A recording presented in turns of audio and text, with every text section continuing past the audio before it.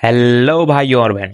आज हम लोग पढ़ने जा रहे हैं लौह चुंबकीय पदार्थ के लिए क्यूरी वाइस का नियम प्राप्त कीजिए तथा क्यूरी ताप की विवेचना कीजिए। Derive the Curie Weiss law of ferromagnetic material and discuss the Curie temperature.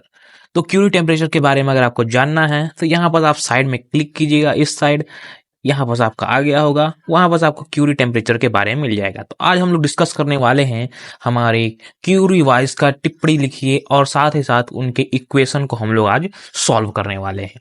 यहाँ पर ये हमारा है काई। काई को हम लोग बोलते हैं हमारी जो होती है चुंबकीय प्रवृत्ति। काई होती है चुंबकीय प्रवृत्ति, ठीक है। और इसके जो डॉक्यूमेंट्स है वो मेरे टेलीग्राम चैनल में मिल जाएंगे। तो अगर आपको ज्यादा जल्दी होगी तो टेलीग्राम चैनल में जाकर के फटाक से देख लीजिएगा, और आपको अच्छे से सीखना है तो वीडियो को पूरा देखिए, ठीक है। तो यहाँ पर हमारे पास सबसे पहले आपको दिखेगा कि क्यूरी वाइस नियम के अनुसार चुंबकीय पदार्थ की प्रवृत्ति, अगर आपके क्वेश्चन में अगर मैग्नेटिक सस्पेक्टिबिलिटी के बारे में अगर पूछता है तो आप इसी क्वेश्चन को सॉल्व करेंगे। चुंबकीय प्रवृत्ति को हम लोग मैग्नेटिक सस्पेक्टिबिलिटी बोलते हैं। तो काई बराबर C upon T minus theta Curie Weiss के नियम के अनुसार। क्यूरी वाइस ने जो नियम दिया, उन्होंने बताया कि चुंबकीय प्रवृत्ति जो होती है वो सी अपॉन टी माइनस थीटा के बराबर होती है, ठीक है। तो सी क्या है यहाँ पर? तो सी है हमारा क्यूरी नियतांक, थीटा क्यूरी ताप, और यह नियम अनुचुंबकीय ठोसों व द्रवों एवं लौह चुंबकीय पदार्थों पर लागू होती है। यह जो नियम होगा वो अनुचुंबकीय ठोस, द्रव एवं लौह चुंबकीय पदार्थ पर लागू होगी, ठीक है। अब हम लोग देखते हैं इसके फुल डेरिवेशन को।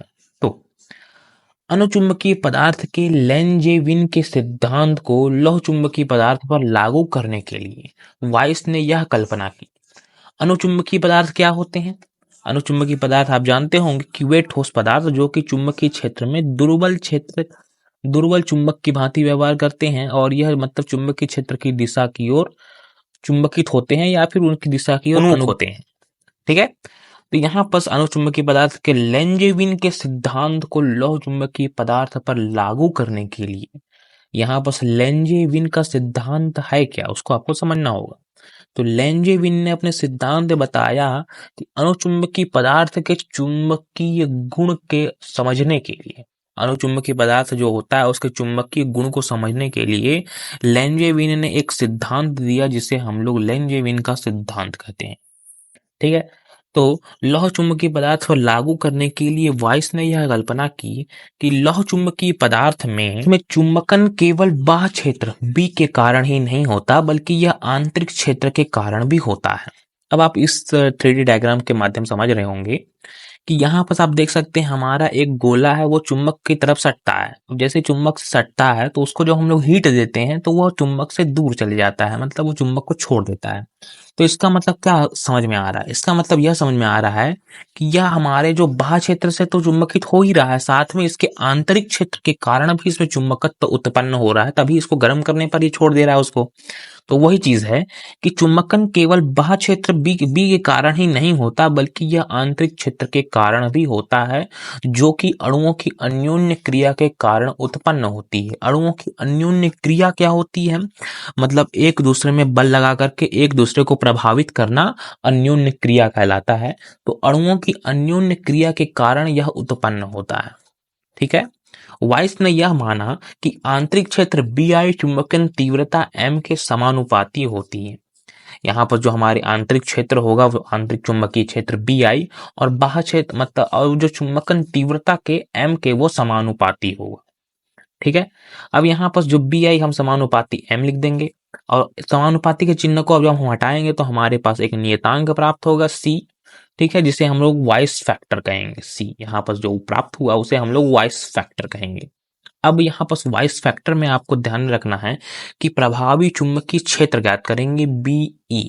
यहाँ पर वाइस ने क्या बोला था कि आंतरिक क्षेत्र और बाह्य क्षेत्र दोनों पर, बाह्य क्षेत्र B और आंतरिक क्षेत्र दोनों के कारण होता है। तो उसी चीज को हम लोग यहाँ पर प्रभावी क्षेत्र में लिखेंगे कि प्रभावी क्षेत्र क्या होगा, B प्लस Bi हो जाएगा। हमारा जो बाह्य क्षेत्र रहेगा और आंतरिक क्षेत्र Bi दोनों का हमारा टोटल करेंगे तो हमारे पास ये प्राप्त होगा B प्लस Cm। यहाँ पर हमने Cm निकाला है, उसी चीज को यहाँ पर हम लोग पुट कर देंगे।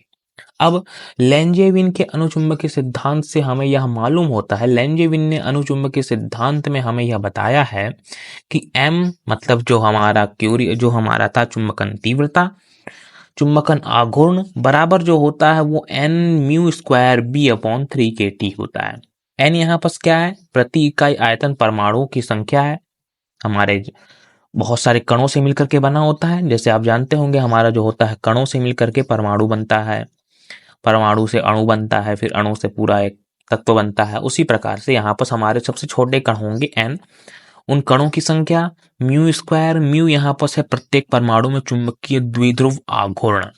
द्विध्रुव आघूर्ण क्या होता है कि जो हमारा चुंबक स्रोत में ताकत और दिशा को दर्शाता है हमारा म्यू, ताकत और दिशा को हमारा म्यू दर्शाएगा। बी यहाँ पर है हमारा चुंबकीय क्षेत्र, के यहाँ पर वोल्ट्स में नियतांक और टी हमारा इसमें तापमान है।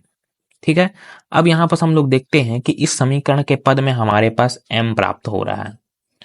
इस m को हम लोग इस समीकरण में यहाँ पर पुट कर सकते हैं, या फिर हमारा जो b के मान है, अब इसको आप देखिए कि समीकरण के पद में b के स्थान पर हम लोग सिद्धांत के आधार पर, मतलब वाइस के सिद्धांत के आधार पर, तो बी ई हम लोग ले लेंगे। यहाँ पर हमारा जो था ये लेंजेविन के सिद्धांत के अनुसार इन्होंने केवल बाह्य क्षेत्र के आधार पर किया था, पर यहाँ पर जो क्यूरी वाइस ने किया था कि वो टोटल क्षेत्र के आधार पर, प्रभावी क्षेत्र के आधार पर उन्होंने इसको ग्राफ किया था। तो प्रभावी क्षेत्र के आधार पर बी के स्थान पर हम लोग बी ई ले लेंगे, तो हमारे पास कुछ इस प्रकार से समीकरण प्राप्त होगा। कैपिटल M बराबर n mu square B E upon 3 के टी। अब इसमें हम लोग देख रहे हैं कि यहाँ पर बी ई की वैल्यू आ रही है, तो इस बी ई की वैल्यू को हम लोग यहाँ पर हमने देखा था कि बी ई बराबर बी प्लस सी एम हमने निकाला है, तो इसी चीज को हम लोग यहाँ पर पुट कर देंगे। m बराबर n म्यू स्क्वायर बी के स्थान पर b प्लस सी एम लिख देंगे। तो जैसे ही हमने यहाँ पर b प्लस सी एम लिखा, फिर उसके बाद आप लोग देख रहे हैं कि ये वाले दोनों को हम लोग इन दोनों के गुणा कर देंगे, तो हमारे पास कुछ इस प्रकार से समीकरण प्राप्त होगा। n mu square b upon 3 के T plus n mu square C M upon 3 के टी। यहाँ पर हम देख सकते हैं इसमें m है, तो इस वाले को हम लोग उधर पक्षांतर कर देंगे बराबर के, तो यहाँ पर ये माइनस में आ जाएगा m minus n mu square C M upon 3 के टी।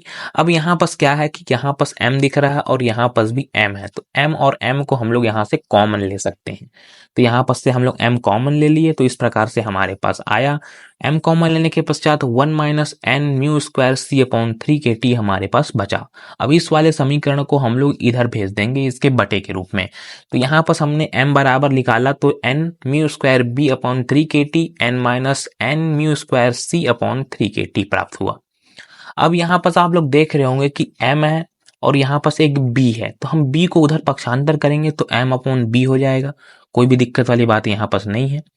अब फिर उसके पश्चात यहाँ पर जो हमारा फॉर्मूला होता है m अपॉन b का फॉर्मूला, तो m अपॉन b बराबर होता है काई, चुंबकीय भेदनशीलता या चुंबकीय प्रवृत्ति, जिसे हम लोग बोलते हैं मैग्नेटिक सस्पेक्टिबिलिटी। यहाँ पर हमारे पास काई आ गई, चुंबकीय प्रवृत्ति बराबर m अपॉन b। अब यहाँ पर हमारे पास m अपॉन b प्राप्त हुआ, तो हम यहाँ पर काई बराबर लिख सकते हैं n म्यू स्क्वायर अपॉन 3 के टी कोष्टक में 1 minus n mu square c upon 3 के टी। ठीक है, अब यहाँ पर हम लोग काई बराबर लिख दिए n म्यू स्क्वायर अपॉन 3 के T 1 minus n mu square c upon 3 के टी। अब यहाँ पर हम लोग टी का गुणा इसके अंदर में कर देंगे, तो टी का गुणा अंदर में कर देंगे तो हमारे पास कुछ इस प्रकार से समीकरण प्राप्त होगा। अब यहाँ पर हमारे पास n म्यू स्क्वायर अपॉन 3 के लिख दिए और इस वाले को हम लोग इधर अलग करके लिख दिए। अब इसको करने का आशय यह है कि यहाँ पर हम लोग n upon mu square upon 3 के को हम लोग c डैश मान लेंगे और n mu square c upon 3 के को हम लोग मान लेंगे थीटा।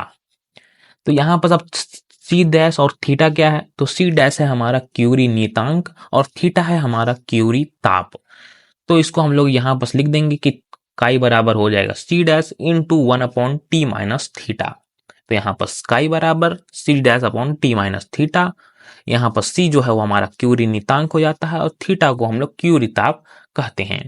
तो लास्ट में आपको लिख देना है कि काई बराबर c dash upon T minus theta, काई डैश c डैश टी तथा थीटा के बीच में उपर्युक्त संबंध को लौह चुंबकत्व का क्यूरी वाइस नियम कहा जाता है। तो इस प्रकार से हमारा यहाँ पर कंप्लीट होता है क्यूरी वाइज नियम की टिप्पणी लिखिए, उसकी व्याख्या कीजिए और सभी चीज़ों की उसको व्याख्या इक्वेशन सभी चीज़ों को हमने देखा। अगर इसमें कोई भी चीज़ें आपको अगर समझ में ना आई हो तो मुझे कमेंट में ज़रूर पूछिएगा, मैं उसका तुरंत जवाब देने का प्रयास ज़रूर करूँगा। हम मिलते हैं अगले वीडियो में, तब तक के लिए धन्यवाद।